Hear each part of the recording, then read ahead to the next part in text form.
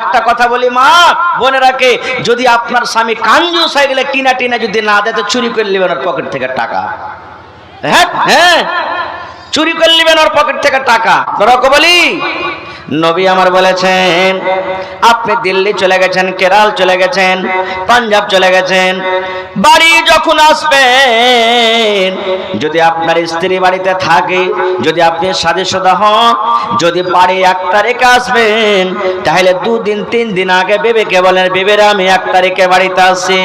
10 তারিখে যদি বাড়িতে আসবেন কম করে 2 দিন 3 দিন আগে বেবেকে ফোন করে বলেন, বেবেরা আমি বাড়িতে আসছি। সাহাবায়ে কেরাম করতেন এটা। একদিন 2 দিন আগে খবর দিতেন। বলবেন কেন খবর করবো জি মাওলানা? এই জন্য খবর করবেন রে ভাই, যখন আপনি ফোন করবেন বেবেরে আমি 1 তারিখে আসছে কিংবা 10 তারিখে আসছে 5 তারিখে আসছে, আপনার বিবিটা যদি হুঁশিয়ার হয়, আপনার বিবিটা যদি নেককার হয়, আপনার বিবিটা যদি দিনদার হয়, তাহলে বুঝে নিবে আমার স্বামী আসবে, আমাকে কেমন ভাবে তৈয়ারি করতে হবে।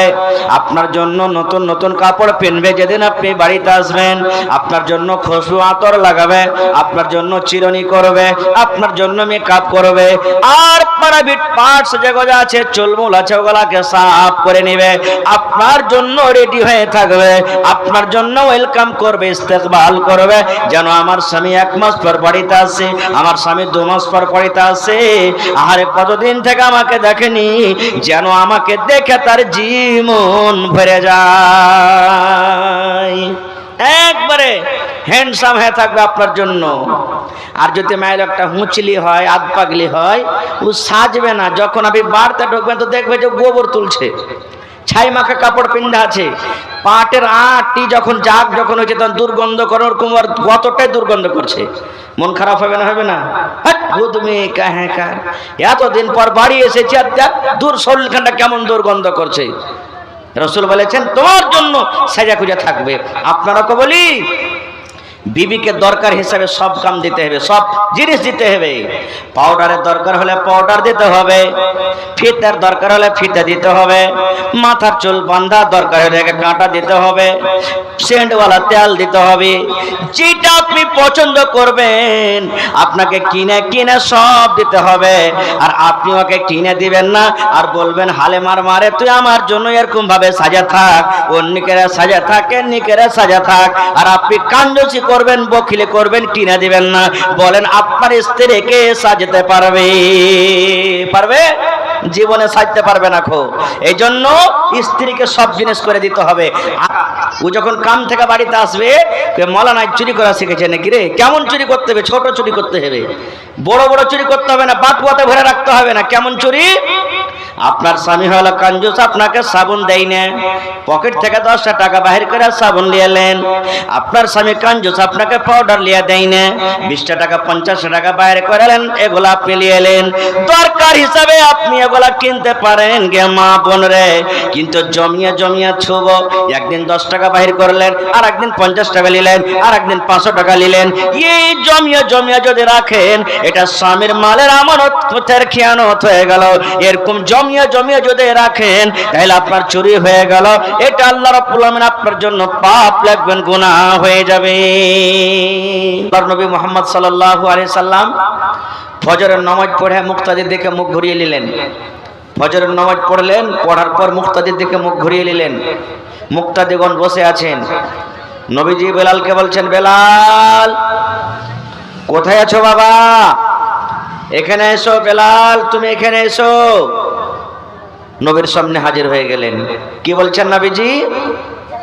নবীজি বের করে বেলালকে বলছেন, কি বেলাল বাবারে,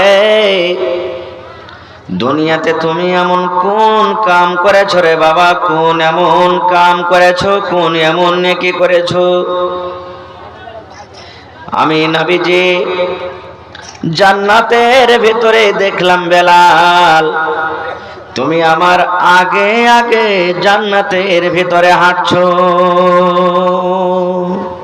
বেলাল আমি নবী, তোমাকে আমি দেখলাম খড়ম পায়ে দিয়ে দিয়ে, খড়ম বুঝেন যারা আগেকার মানুষ, খড়ম পায়ে দিত। খড়ম পায়ে দিতে গেলে আওয়াজ হবে, চাপ্পাল জুতা পায়ে দিবেন আওয়াজ হবে না। খড়ম পায়ে দিতে গেলে আওয়াজ হবে, কারণ ওটা হলো কাঠের। নবী বলছেন, বেলাল রে, আমি জান্নাতের ভিতরে তোমাকে দেখেছি, তুমি আমার আগে আগে জান্নাতের ভিতরে হাঁটো। আমি গৌর করে দেখলাম আমার আগে আগে কে জান্নাতের ভিতরে হাঁটে। বেলাল, আমি তোমাকে দেখলাম, তুমি আমার আগে জান্নাতের ভিতরে হাঁটো।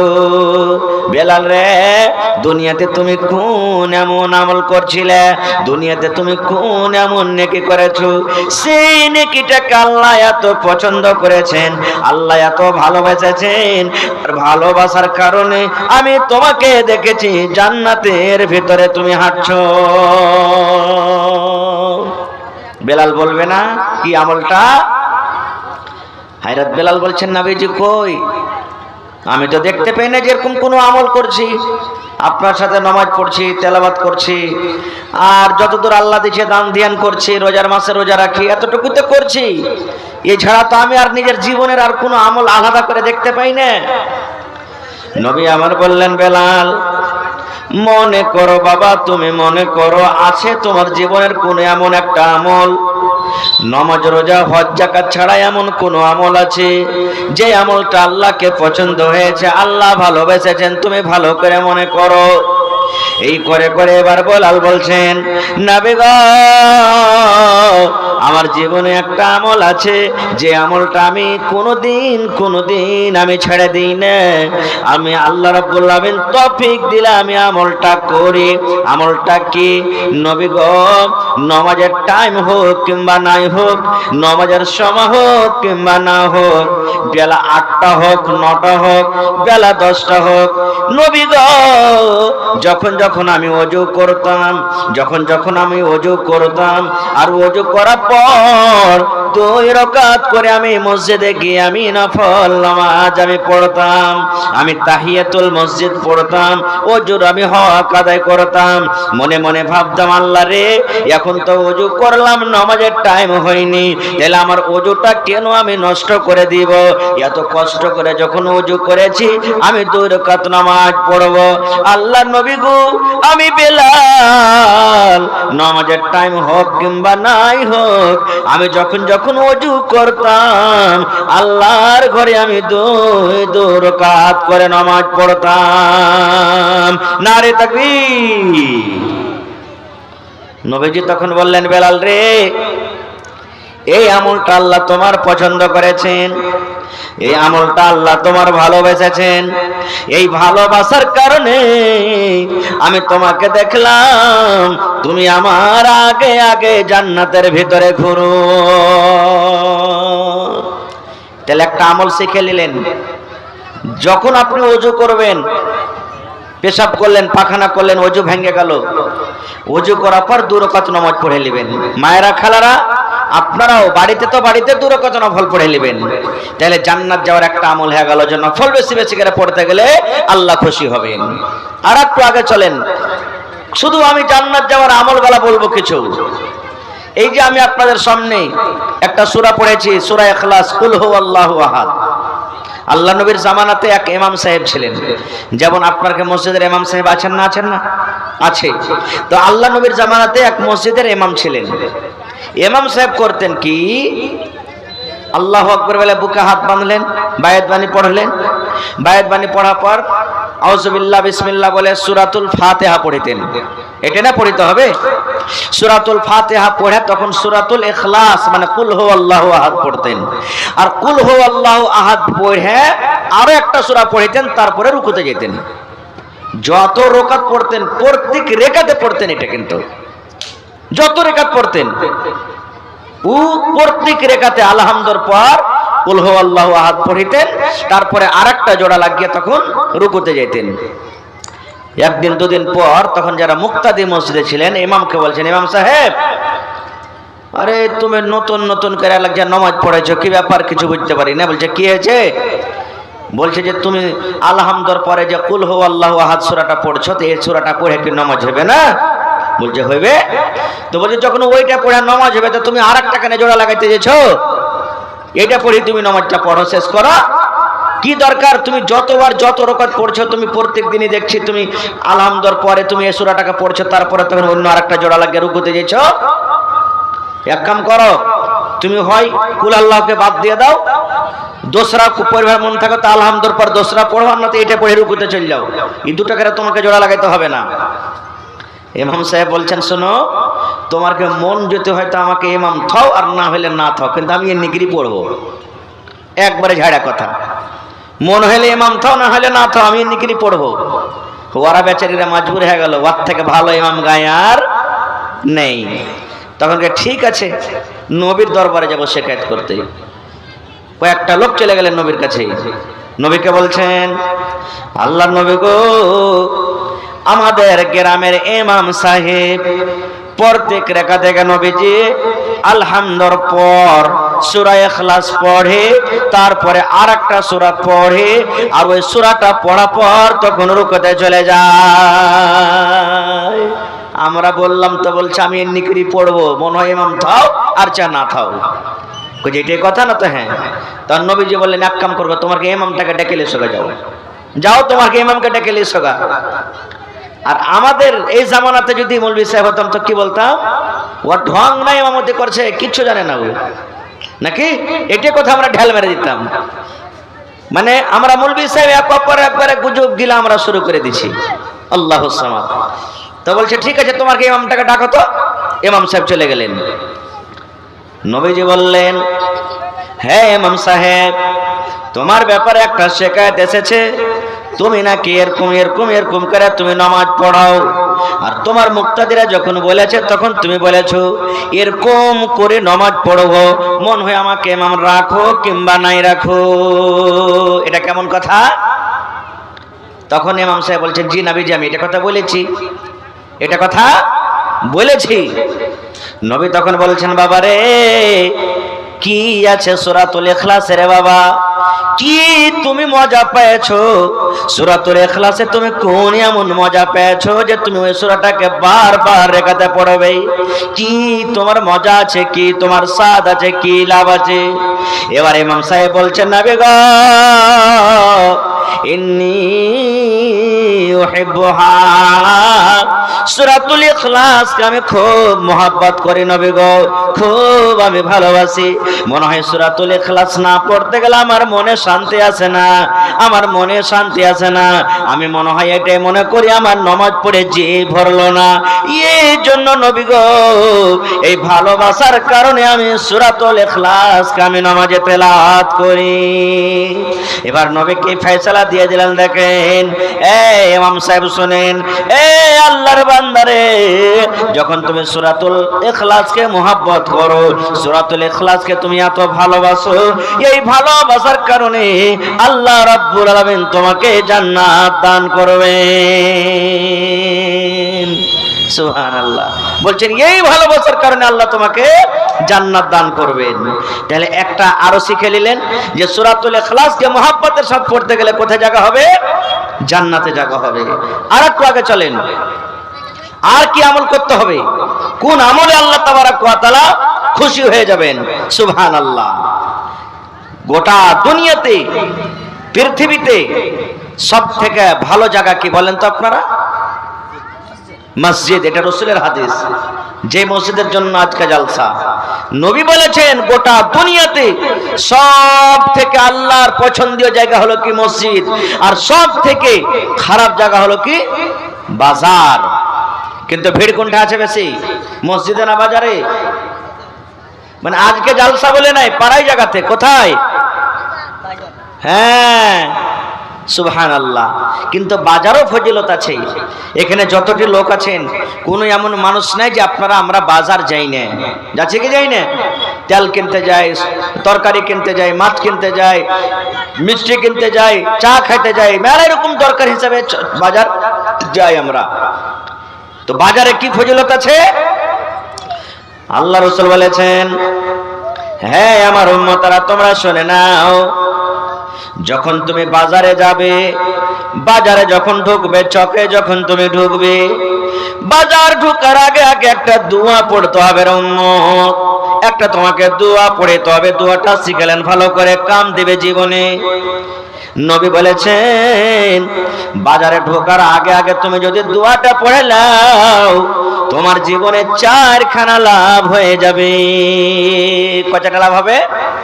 4টা উপকার হবে, 4টা আপনার লাভ হবে। দোয়াটার ব্যাপারে 4খানা ফজিলত বয়ান হয়েছে। আল্লাহ রাসূল বলেছেন 1 নম্বর ফজিলত 1 লক্ষ আল্লাহ রাব্বুল আমিন আপনার জীবনের গুনাহকে maaf করে দিবেন।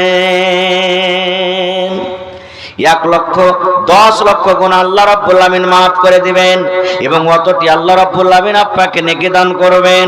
শুধু তা নয় ভাইরে, আল্লাহ রাব্বুল আমিন আপনার দরজাকে মার্তাবাকে আল্লাহ উঁচা করে দিবেন এবং আপনার জন্য আল্লাহ রাব্বুল আমিন জান্নাতের ভিতরে এখন ঘর বানিয়ে দিবেন।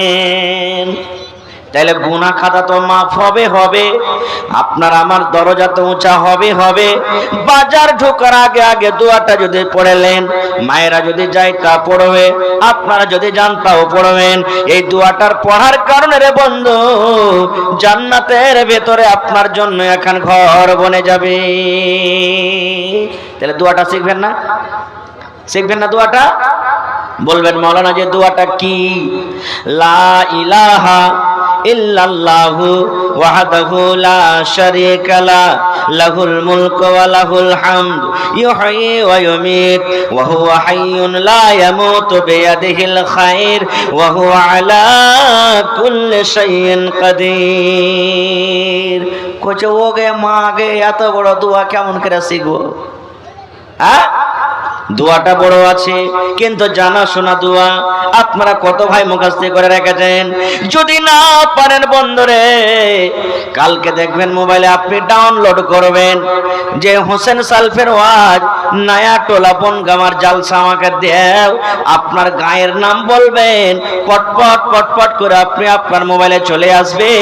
আর যতবার মুখস্থ না হবে বার আপনি পড়িতে থাকবেন। কি দোয়াটা? লা ইলাহা ইল্লাল্লাহু ওয়াহদাহু লা শারীকা লা লাহুল মুলকু ওয়া লাহুল হামদ ইউহয়ি ওয়া ইউমীত ওয়া হুয়া হাইয়ুন লা ইয়ামুতু বিয়াদিহিল খায়র ওয়া হুয়া আলা কুল্লি শাইইন কাদির। নবী বলেছেন উম্মত যখন তুমি বাজারে যাইবে, যখন তুমি বাজারে ঢুকবে, যখন তুমি চকে ঢুকবে, চকে ঢোকার আগে আগে তুমি যদি দোয়াটা পড়ে নাও, এই দোয়াটা পড়ার কারণে আল্লাহ রাব্বুল আমিন তোমার জন্য জান্নাতের ভিতরে এখন ঘর বানিয়ে দিবেন। তাহলে কয়টা শিখলেন? 3টা শিখে নিলেন। আর একটু আগে চলেন। মানুষ যখন মরবে তখন কোন দোয়া পড়িতে হবে? না কানতে হবে? কানতে হবে, চুলগালাকে ঝিঁকড়াইতে হবে, বুকে হাত বাড়ি দিতে হবে, গড়াগড়ি করতে হবে। পোঁটা না থাকতে গেলে 60 লাখে পোঁটা আসতে হবে নাকি? না, আল্লাহ নবীর জামানাতে একটা মহিলা ওর বেটা মরেছে তো কবরে বসে বসে কাঁদছে, বেটার শোকে কাঁদছে। সুবহানাল্লাহ। একটা মোড়ল রাগিয়ান না, ফের একটা মোড়লের মা মরেছে। আর মোড়লের মা মরেছে কিন্তু সব বড় বড় ছেলে পিলে, বড় মানুষ খুব কমই কান্দে। মা বাপ দাদু দাদি মরতে গেলে বেশি, বেটি গেলে কানবে, মায়ের লোক বেশি কানবে। ওর কাইনবের বেটি মাটি কিচ্ছু নাই, কে কানবে? খালি বেটাই আছে সব। তখন গায়ে পাতা করতে গিয়ে দেখি গায়ে কেউ কি পায় কিনা কাইনবের লেগে। আল্লাহ রসুলের যখন নবী হয়নি তার আগে মায়ের লোককে ভাড়া করে আনতো তাও কান্দার লেগে, জামানে জাহেলিয়াতে। একটা যে তখন কইছে যে মা বেটিকে পেয়েছে, কইছে হাগে হারগে মা মরেছে তো হারগে মার লেগে কানবি না তোরা? তো কইছে যে কানবো তো কি দিবি হে? কইছে 2.5 কিলো জুয়া দিব তোরাকে। তখন জুয়া চলতো, বজরা চলতো, আপনারা মেলাই যারা বুড়া পুরনা মানুষ এরা খুব খেয়েছে এগুলো। কইছে 2.5 কিলো জুয়া দিব। কইছে দিবি তো? কইছে হ্যাঁ। ধোকা মোকা তো দিবি না? তোর না। মা বেটি চলে এসছে, মা মরে পড়ে আছে। তো যার নিজের মানুষ মরবে ওর কান্দন আলাদা, আর এমনি কান্দন বাড়াইবে। আর যারকে কেউ হলে তো কান্দন বাড়াইবে আবে মা বেটে কানবে তো কেমন করে কান্দনি বাড়ে না, কিন্তু সুর তো লাগাইতে হবে কান্দার, সুর দিয়ে না কান্দলে মজাই আসবে না। তখন মা বেটে কইছে, মল্লে রেখে মা মরেছে হু, মল্লে রেখে মা মরেছে হু, যাও দিবে কে ফাও দেবে হু, দিবে কি দিবে না হু। দেখে এই তো মা খালাকে কান্দন। কবরে বসে বসে কাঁদছেন, নবীজি রাস্তাতে চলেছেন। নবী আমার বলছেন, হ্যাঁ আল্লাহর বান্দিরে কান্দিও না, তুমি সবর করো, কান্দিও না, কান্দা তুমি পাবে না, সবর করো আর তোমাকে কাঁদতে হবে না। তখন মাই লোকটা কিন্তু চিনে না যে এটা আল্লাহর নবী। বলছে তুমি হাইটে যাচ্ছ, চলে যাও, তোমার মরলে কেউ তুমি বুঝতে পারতে, তোমার তো কেউ মরনি, যে তুমি কষ্ট কি বুঝবে। এই যে বলে দিলেন নবীকে কথাটা, নবী কিচ্ছু বললেন না, চলে গেলেন। পাঁচজনে একজন মুসলমান তখন বলছেন, রে আল্লাহর বান্দি কি করলে তুমি? বলছে কি হয়েছে? বলে তুমি এত বড়টা কথা যে লোকটাকে বলে দিলে, তো তুমি জানো এটাকে? বলছে না। বলছে আরে পাগল, এটাই তো আল্লাহর নবী, আখেরি নবী মুহাম্মদ সাল্লাল্লাহু আলাইহি সাল্লাম। বলছে এটাই আল্লাহর নবী? বলছে হ্যাঁ। ওরে আল্লাহ, তখন ভুল বুঝতে পেরেছে, আমার তো ভুল হয়ে গেছে। দৌড়াতে দৌড়াতে দৌড়াতে দৌড়াতে নবীর বাড়ি চলে গেলেন। এবার নবীকে বলছেন, নবী গো, না জানাতে আপনাকে কথা বলে দিয়েছি, নবী গো আপনি আমাকে মাফ করে দেন গো নবীজি, আপনি আমাকে মাফ করে দেন। এবার নবী বললেন, রে আল্লাহর বান্দি তুমি শুনে নাও, যখন তোমার বেটা, মা, বাপ, দাদু, দাদি কেহ যখন মরবে, তখন তুমি এই দোয়াটা পড়িবে, ইন্না লিল্লাহি ওয়া ইন্না ইলাইহি রাজিউন, আল্লাহুম্মা আজুরনি ফি মুসিবাতি ওয়া আখলিফ লি খায়রাম মিনহা। বাদকার খানটা যদি নাও পারেন কইতে, কমসে কম এতখানি পড়বেন। কোন জায়গাতে মতের খবর শুনে নিলেন, অমুক গ্রামের অমুক লোক মারা গেছে, অমুকের মা মারা গেছে, বাপ মারা গেছে, এই দোয়াটা মনে মনে পড়ে দিবেন, ইন্না লিল্লাহি ওয়া ইন্না ইলাইহি রাজিউন, আল্লাহুম্মা আজুরনি ফি মুসিবাতি ওয়া আখলিফ লি খায়রাম মিনহা। নবী বলছেন, শোনো, এই দোয়াটা পড়ার পর তুমি সবর করবে। এই আল্লাহর বান্দিরে, তুমি কান্দা কান্দা চোখকে ফুলিয়ে দিয়েছো, কান্দা কান্দা চোখকে লাল করে দিয়েছো, আর তারপরে তখন তুমি যদি বলো যে সবর করলাম আর কাঁদবো না, কাঁদবো না, এর নাম কিন্তু সবর নয়। সবর কাকে বলে? যখন তোমার কলেজাতে ধাক্কা লেগে গেল, তোমার কলেজাতে যখন চোট পৌঁছে গেল, তুমি দোয়াটা পড়ার পর তুমি মনে মনে ফেফড়ে ফেফড়ে কান্দো, তোমার চোখ দিয়ে শুধু পানি ঝরবে, হাওমা হাওমা করে জোর করে চিল্লাবে না, চেঁচাবে না, তুমি দোয়া পড়বে, সবর করবে, এর নাম হলো সবর। কত মা খালা এমন আছে, পড়ালেখা বুঝক্কর মানুষ, কানবে না, অন্য সাইড থেকে তখন এক একটা পুটপুটে মহিলা থাকবে যে কিছু জানে না, এই লিচি লাগানির দিলটা কত পাথরটি, ওর উমুক মরে গেছে তাও কিচ্ছু কহে না, ই মনে হয় ওর লেগে কত ভালো হয়েছে, কত কথা বলবে এরকম ভাবে না। তো ভাই রে, এই মজলিসের মধ্যে কত ভাই, কত মা, কত দাদি, কত নানি এমন আছেন 10 বছর থেকে ছোট কমে কমে বাচ্চা মারা গেছে, গেছে না জানি। কাহারি বাচ্চা দুনিয়াতে আস্তে আস্তে মরে গেছে, কাহারে 2 বছরে গেছে, কাহারে 5 বছরে গেছে, কাহারে 10 বছরে গেছে, কাহারে 7 বছরে গেছে, কাহারে 3 বছরে গেছে, সাবালিকা হওয়ার আগে আগে 4 বাচ্চা মরেছে। শুনেন নবীর হাদিস, খুশ হয়ে যান, আপনি খুশ হয়ে যান। কি আল্লাহ রাব্বুল আলামিন যে ফেরেশতাকে জিম্মেদারি দিয়েছেন মানুষের জান কবজ করা, বলেন তো ফেরেশতাটার নাম কি?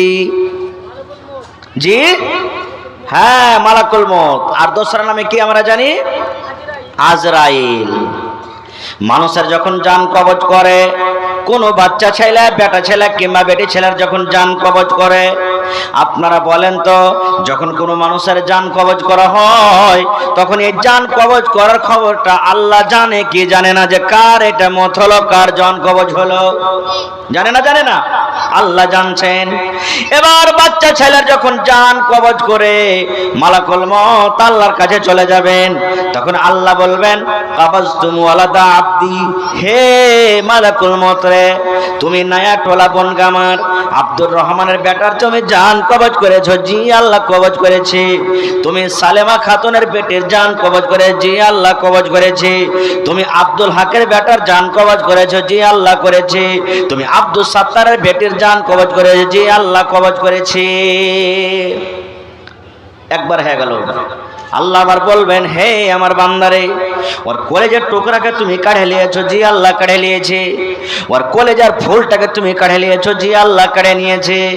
এবার আল্লাহ বলবেন মালাকুল মউত, যেই টাইমে তুমি ওর ছেলের জানখানা যখন কবজ করো রে ফেরেশতা, ওখানে ওর মা কি ছিল বৈশা? জি আল্লাহ ছিল। বাপ কি ছিল বৈশা? জি আল্লাহ ছিল। ওরা কি বলছিল তুমি কে জানাবে না? তখন মালাকুল মউত বলবেন আল্লাহ, যখন আমি তাদের ছেলেটার জান কবজ করি তখন চোখ দিয়ে ঝরঝর করে পানি ঝরা ছিল আল্লাহ, যে হাওমা করে চিৎকার করে কান্দিনি এবং মুখ দিয়ে এটা দোয়া পড়েছিল, ইন্না লিল্লাহি ওয়া ইন্না ইলাইহি রাজিউন, আল্লাহুম্মা আজুরনি ফি মুসিবাতি ওয়া আখলিফ লি খায়রাম মিনহা। তোমার তারিফ করছিল, তোমার বাড়াই বায়ান করছিল, তোমার গুণগান করছিল।